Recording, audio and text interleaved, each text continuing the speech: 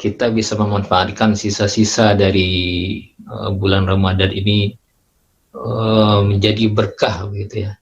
Karena ya kalau orang berlomba itu kan di akhirnya, di finishnya ya. Mudah-mudahan Ya. kita ini masuk finishnya jadi orang yang mutakin insya Allah. Ada yang menarik yang sering orang bertanya, yang pertama itu adalah tentang malam Lailatul Qadar itu, apa tanda-tandanya. Kemudian yang kedua, bagaimana orang yang tanda orang sudah mendapat malam Qadar itu. Nah, ini sering jadi pertanyaan, Ustaz, mungkin bisa dijelaskan sedikit. Tafadhol, Ustaz. Inna anzalnahu fi lailatul qadar. Kami turunkan Al-Quran itu pada malam Lailatul Qadar. Makna qadar ada 3. Yang pertama, qadar, fulanun lahu qadar. Si fulan punya qadar, punya kemuliaan. Malam qadar, malam yang punya kemuliaan. Yang kedua, qudira alaihi rizquhu. Disempitkan rezekinya. Qadar artinya sempit. Kenapa disebut malam sempit? Karena pada malam itu seandainya malaikat itu dalam bentuk daging tubuh, dunia ini sempit, saking banyaknya dia. Yang ketiga, qadar, inna kulla syai'in khalaqnahu bi qadar. Qadar artinya takdir. Karena pada malam itu ditetapkan takdir secara detail untuk setahun ke depan. Memang betul takdir kita sudah ditulis secara umum di Lauhil Mahfuz. Tapi rinciannya untuk detail setahun ke depan pada malam Lailatul Qadar. Yufraqu fihi kullu amrin hakim. Dibahas, ditetapkan segala perkara yang bijaksana pada malam Lailatul Qadar. Itulah makna inna anzalnahu fi lailatul qadar. Yang kedua, wa ma adraka ma lailatul qadar? Apa yang kamu ketahui tentang Lailatul Qadar? Apakah Lailatul Qadar itu? Allah yang bertanya, Allah sendiri yang menjawab. Lailatul Qadri khairum min alfi syahri. Lailatul Qadar itu lebih baik daripada 1000 bulan. Ada apa dengan angka 1000 bulan? 2 jawaban. Yang pertama, 1000 bulan itu lebih 80 tahun.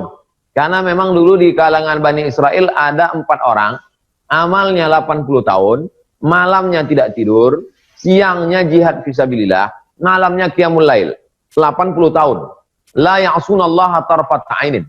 Tak pernah melawan Allah walau sekedip mata. Mendengar cerita itu sahabat merasa sedih. Karena amal kita tak sampai 80 tahun. Andai umur kita 80 tahun pun malamnya kita tidur, siangnya kita cari rezeki. Oleh sebab itu diturunkan Allah, kalau kau dapat Lailatul Qadar, amalmu lebih mulia daripada Bani Israel yang 80 tahun tidak tidur tadi. Maka bahagialah. Makna kedua Lailatul Qadar adalah 1000 dalam angka Arab itu adalah puncak. Karena dalam Arab itu sejuta alfu alfi, 1000. Oleh sebab itu maka yang dimaksud dengan Lailatul Qadar itu bukan 1080 tahun, tapi yang dimaksud adalah puncak, limit batas terakhir. Itu makna kedua. Jadi kalau kita lihat, Allah tidak menjelaskan dalam Quran Lailatul Qadar itu pohon kayu tumbang, Lailatul Qadar itu air jadi beku, tapi dia lebih pada fokusnya ke amal. Lailatul Qadar khairum min alfi syahri. Lailatul Qadar lebih baik daripada 1000 bulan. Artinya beramallah kamu. Kalau kita diberikan pilihan-pilihan yang begitu banyak, ada malam pertama, ada malam kedua, ada malam ketiga, ada malam kelima, ada malam ketujuh, ada malam ke-9, maka orang yang cerdas, dia isi saja malam-malam ini secara keseluruhan. Maka kita isi. Yang lalu sudah lewat, anggap apa boleh buat. Tapi ada 5 malam lagi, kita isi. Khairum min alfi syahri. Tanda-tandanya, tanazzalul malaikatu warruh. Turun malaikat dan ruh. Ruh di situ maknanya 2. Yang satu, nazala bihi ruhul amin ala qalbika litakuna minal mundirin. Jibril alaihissalam. Mana ruh yang kedua adalah ruh-ruh orang-orang soleh, ruh wali-wali Allah, ruh nabi-nabi. Turun. Apa maknanya? Walladzi anzala sakinata, turun ketenangan. Karena malaikat itu kalau turun dia bawa ketenangan. Malaikat tidak mau masuk ke dalam rumah kalau di rumah itu ada patung dan anjing. Karena dia tidak mau satu majelis dengan yang tidak tenang. Maka diturunkan ketenangan. Pada malam itu kita merasakan suasana yang amat sangat tenang. Lalu kemudian pada waktu paginya, matahari terbitnya redup. Kenapa redup? Karena malaikat itu jismun nuraniyun. Malaikat itu terbuat dari cahaya. Cahaya malaikat yang begitu banyak membuat matahari redup, tak kuat cahaya matahari. Kalau sudah ada bulan purnama, maka hilanglah cahaya bintang gemintang. Kalau sudah ada lampu sorot, hilanglah cahaya lampu 100 watt, apalagi 5 watt.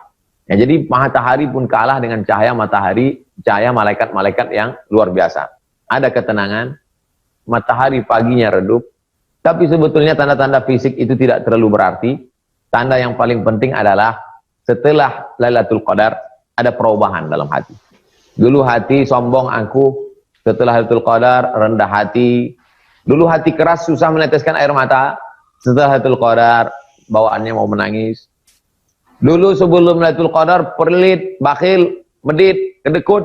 Setelah Lailatul Qadar orangnya suka dermawan. Dulu mendengar azan risau. Setelah Lailatul Qadar mendengar azan hati rindu, iba, ingin menangis, segera ke masjid. Inti Lailatul Qadar adalah ada perubahan. Allah sengaja rahasiakan. Allah tidak beritahu siapa yang dapat salat taubat nasuha. Allah tidak beritahu siapa yang dapat haji mabrur. Allah tidak beritahu siapa yang dapat salat usta. Allah tidak beritahu siapa yang dapat satu titik doa hari Jumat.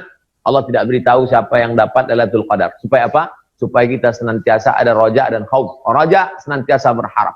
5 malam lagi pun kita harap-harap. Dan ada khauf, kita takut jangan-jangan inilah Ramadan kita yang terakhir. Begitu agaknya, Ustaz. Jazakumullah khairan, Ustaz. Ini sudah mulai ada masuk pertanyaan, Ustaz. Mungkin kita bisa bacakan beberapa pertanyaan. Pertanyaan pertama mungkin tadi sudah ada terjawab sedikit ya. Apakah benar jika amal kita diterima atau kita mendapatkan Lailatul Qadar, kita akan berubah setelahnya menjadi insan yang lebih baik? Mungkin tadi sudah disinggung sedikit tadi ya.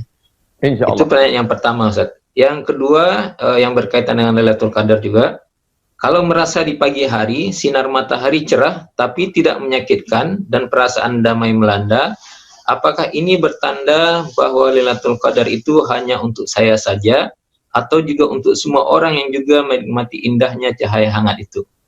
Nah, ini 2 pertanyaan, Ustaz. Kalau ada 2 orang tidur di kasur yang sama, apakah dua-duanya dapat Lailatul Qadar? Tidak. Yang dapat Lailatul Qadar yang dikehendaki, yang dipilih Allah SWT sesuai dengan ilmu hikmah yang diberikan Allah SWT. Jadi kalau malam itu turun Lailatul Qadar, semua orang beriman itu dapat? Tidak. Yang dapat itu adalah orang yang dikehendaki Allah, orang yang dipilih oleh Allah, orang yang berusaha. Jadi masalah ini ada terbagi 2. Satu dari diri si manusia itu ada usaha, ada mujahadah. Satu dari Allah Ta'ala, Allah memilih. Usaha dari kita, pilihan datang dari Allah. Lalu bagaimana sikap kita? Husnudzon kepada Allah. Ana inda husni dhanni abdi bi. Aku menurut prasangka hambaku kepada aku. In atani yamshi, kalau hambaku itu datang kepadaku berjalan, ataituhu harwalah. Aku akan datang mendekati dia berlari, kata Allah SWT. Jadi kita husnudzon kepada Allah, kita laksanakan sunnah-sunnah Rasulullah SAW, etikap 3 tadi yang kita laksanakan, setelah Isya, tengah malam, setelah subuh, maka insya Allah kita berhusnudzon, Allah berikan kepada kita. Kita hanya menerima ketetapan Allah SWT. Fa'idha azamta, kalau kau sudah azam, fatawakkal Allah, bertawakal kepada Allah. Kita berharap saling mendoakan, mudah-mudahan kita semuanya mendapatkan Lailatul Qadar tahun ini. Amin ya rabbal alamin. Amin ya rabbal alamin. Ya, mudah-mudahan ya barangkali kita sudah ada yang 20 kali, 30 kali bertemu dengan Ramadan, 40 kali, 50 kali, 60 kali. Ya sayang sekali kalau kita tidak mendapatkan malam Lailatul Qadar ya. Ada satu pertanyaan lagi, Ustaz. Di waktu sahur paling baik beristighfar seperti yang Ustaz katakan tadi, atau mana yang lebih baik kita membaca Allahumma innaka afuwun tuhibbul afwa fa'fu anna? Nah, mana yang lebih baik, Ustaz? Wahai Rasulullah, kata Ummul Mukminin Sayyidatuna Aisyah radhiyallahu anha, kalau saya berjumpa dengan malam Lailatul Qadar itu, apa yang saya ucapkan? Kata Nabi, ucapkanlah Allahumma innaka afuwun tuhibbul afwa fa'fu anna. Itu diucapkan banyak-banyak dari setelah sholat Isya. Di sela-sela tarawih, di sela-sela witir, di sela-sela itu Allahumma innaka afuwun tuhibbul afwa fa'fu anni. Allahumma innaka afuwun tuhibbul afwa fa'fu anni. Dari mulai setelah sholat Isya sampai menjelang sahur. Tapi kalau sudah sahur, wabil ashari hum yastaghfirun. Pada waktu sahur mereka lebih banyak beristighfar. Begitu tuntunannya. Wallahu a'lam. Alhamdulillah. Jazakumullah khairan, Ustaz. Wa iyyakum. Masih ada satu pertanyaan lagi, Ustaz. Bagaimana caranya supaya ba'da sholat subuh itu kita tidak ngantuk sementara malamnya kita iktikaf atau tadarus? Ya, kadang-kadang kan kalau baca Quran itu matanya langsung jadi 5 watt. Ya, kalau udah ke yang lain langsung 100 watt lagi. Nah, ini mungkin salah satu gimana caranya agar kita tidak ngantuk ya setelah subuh, setelah mungkin malam setelah qiyam segala macam, setelah subuh biar tidak ngantuk. Apa kiat-kiat mungkin yang bisa Ustaz berikan kepada kita? Saya kalau mengantuk cuci muka. Jangankan setelah sholat subuh, imam tarawih pun kadang ngantuk. Sedang imam tarawih itu kadang ngantuk. Salam begitu salam, assalamualaikum warahmatullahi wabarakatuh. Izin lu cuci muka. Kadang 2 kali cuci muka. Nah, jadi mengantuk ini memang bukan kuasa kita ini. Masalah tidur ini kuasa Allah Ta'ala. Berapa banyak orang tidak bisa tidur, sampai makan pil biar supaya bisa tidur. Jadi yang sahabat-sahabat tadi yang bisa tidur tuh syukuri tidur itu. Tidurlah selagi masih bisa tidur. Tapi 5 malam ini tolong ditahan-tahan dulu. Cuci muka, beli pistol air semprot-semprot. Insya Allah.